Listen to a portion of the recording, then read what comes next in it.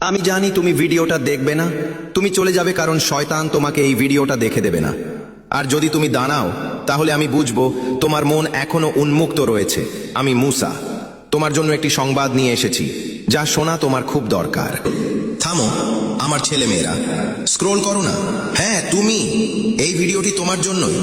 যদি তুমি এটি দেখছো তবে বুঝে নাও তুমি এখানে কোনো ভুল করে আসোনি। ঈশ্বর তোমাকে এখানে থামিয়েছেন কারণ আজ তোমার একটি বিশেষ বার্তা শোনা প্রয়োজন। অনেকেই এই ভিডিওটি দেখে এড়িয়ে চলে যাবে, কিন্তু তুমি রয়ে গেছো, আর এটাই সেই সংকেত। মহাবিশ্ব তোমাকে কিছু বলতে চাইছে।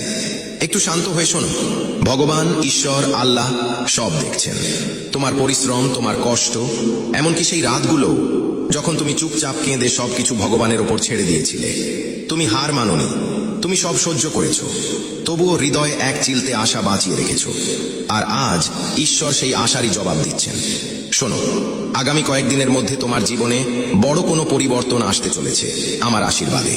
হয়তো হঠাৎ কোনো সুখবর আসবে, থেমে থাকা কাজগুলো ধীরে ধীরে সচল হতে শুরু করবে, আর্থিক উন্নতির পথও প্রশস্ত হবে, বাড়ির অশান্তি ও মানসিক চাপ কমবে, পরিবারে ভালোবাসা ও শান্তি বৃদ্ধি পাবে।